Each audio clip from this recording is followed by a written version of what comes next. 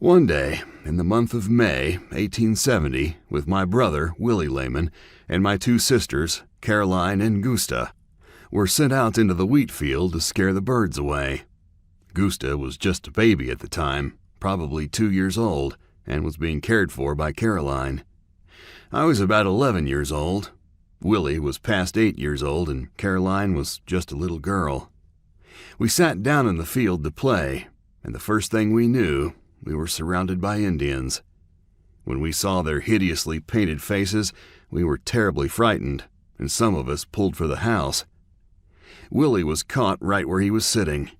Caroline ran toward the house, leaving the baby, and the Indians shot at her several times, and she fell, fainted from fright. The Indians had no time to dally with her, so they passed on thinking she was dead, and they often told me she was killed, and I believed it until I came home several years later. They chased me for a distance and caught me. I yelled and fought manfully when the chief, Carnoviste, laid hold upon me, and a real scrap was pulled off right there.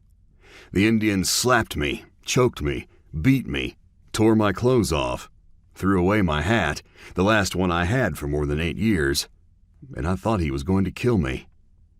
I locked my fingers in his long black hair and pulled as hard as I could. I kicked him in the stomach. I bit him with my teeth, and I had almost succeeded in besting him and getting loose when another Indian, Chihuahua, came up. Then Carnoviste caught me by the head, and the other Indian took hold of my feet, and they conveyed me to a rock fence nearby, where they gave me a sling, and my face and breast plowed up the rocks and sand on the other side. I was so completely stunned by the jolt that I could not scramble to my feet before the two Indians had cleared the fence and were upon me. They soon had me securely bound upon the back of a bucking bronco, stark naked.